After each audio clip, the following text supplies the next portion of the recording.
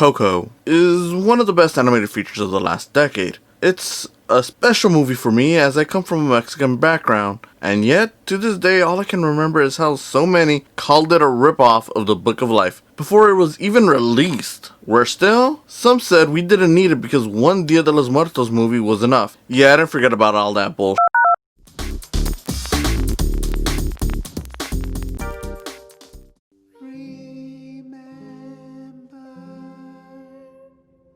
So, quick recap. Coco tells the story about a young boy named Miguel. He aspires to be a musician like his hero Ernesto de la Cruz. The main obstacle is his family, who hates music due to a great-great-grandfather who bailed on the family to be a musician. Miguel realizes the great-great-grandfather is his idol, Ernesto de la Cruz, so he runs off to be famous, believing it to be his destiny. But one mistake on Dia de los Muertos results in Miguel being trapped in the land of the dead, where he meets his ancestors who also hate music, but with help from another dead man, Hector. Miguel tries to meet De La Cruz to fulfill his dreams. You know, people were calling this a ripoff of the Book of Life before even watching the movie. I mean, I guess it must have sounded very familiar, right? Well, let's recap the Book of Life, which I know hasn't been seen by many people, so I'll be nice and avoid spoilers. Go watch Book of Life. It's good. And today was a good day of the dead. Oh, yay, yay! So, Book of Life begins in modern day. A group of bad students are taken to learn about the Book of Life and a bit about Dia de los Muertos, which leads to our main story. Manolo, who much like Miguel, or the other way around I guess, wants to be a musician, but his father disapproves. Not because he hates music, but because his family is full of respected bullfighters. Manolo falls in love with his friend and the mayor's daughter, Maria, but Manolo's friend, Joaquin, also loves her, which becomes the subject of a bet between the rulers of the land of the remembered and the land of the forgotten. It becomes clear that Manolo and Maria are meant to be, resulting in Xibalba, the ruler of the forgotten, cheating his way to victory over the bet, leaving Manolo to go through the afterlife to win back his life and love. Clearly, Coco is the same movie. Now, I don't want to compare the quality of both movies. They both have different goals and they both are solid movies. Among the best of the last decade. Sure, if you put a gun to my head, I'd say Coco is the one I prefer. It's tighter as a story, and seeing Miguel's family brought me to tears because it really did feel like I was seeing my people properly represented in a mainstream movie. But Book of Life has its own solid qualities. The visuals and stylization of the characters make for one of the most unique looking movies in recent memory. While Coco did have some help being made from the Mexican community, Book of Life was directed by a Mexican filmmaker, Jorge Gutierrez. Look him up. Basically, they're both wonderful movies that should be celebrated, not pitted against each other. In fact, I'd argue you should encourage and embrace them as a double feature. Not just because Disney now owns Book of Life, but because the two make for nice little companions. They both celebrate the lives and deaths of loved ones, but Book of Life feels more like a celebration of Dia de los Muertos. Meanwhile, Coco is the more emotional feature. That, while celebratory, yes, reminds you that family is special when we come together for even the smallest of moments. With Dia de los Muertos less as the why, more like the how this is possible. Clearly, both films went with different tones and different approaches to the holiday. So why was it ever called a ripoff? Santa Chihuahua!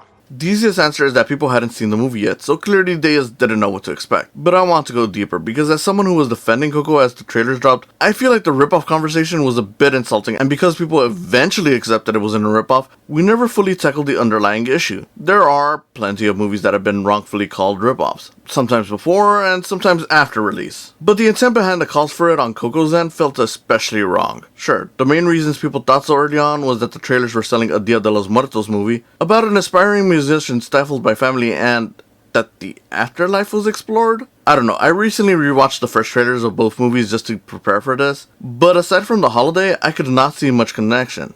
In fact, Coco felt more like a Studio Ghibli feature going off the trailer, and yet for months all I'd hear from people, especially certain animation enthusiasts, was that Coco was Pixar ripping off an animated film from a few years prior.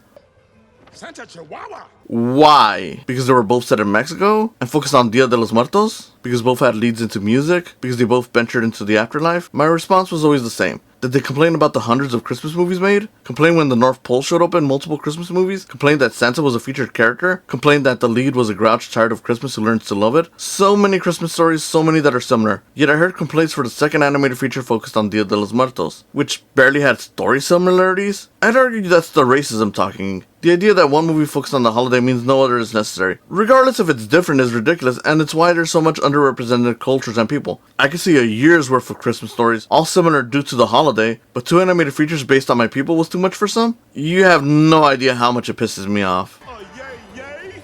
But the important thing is, Why bring it up if both movies are now beloved and talks of ripoffs have died since Coco released? Well, simply because we never actually had those conversations about the unfair judgments people made. And I think it sucks, because what if I decide to make an animated Dia de los Muertos movie? Make it about a storyteller encountering his ancestors to gain inspiration for his own stories? Will that be labeled as a ripoff of these movies, or will I be told I shouldn't have bothered because we already have 2 movies on the holiday? It's unfair that even as we finally see some more diverse stories in movies, that people still hold some quantity value. Look, we already have 2 Mexican movies in the last 6 years, so that's good enough.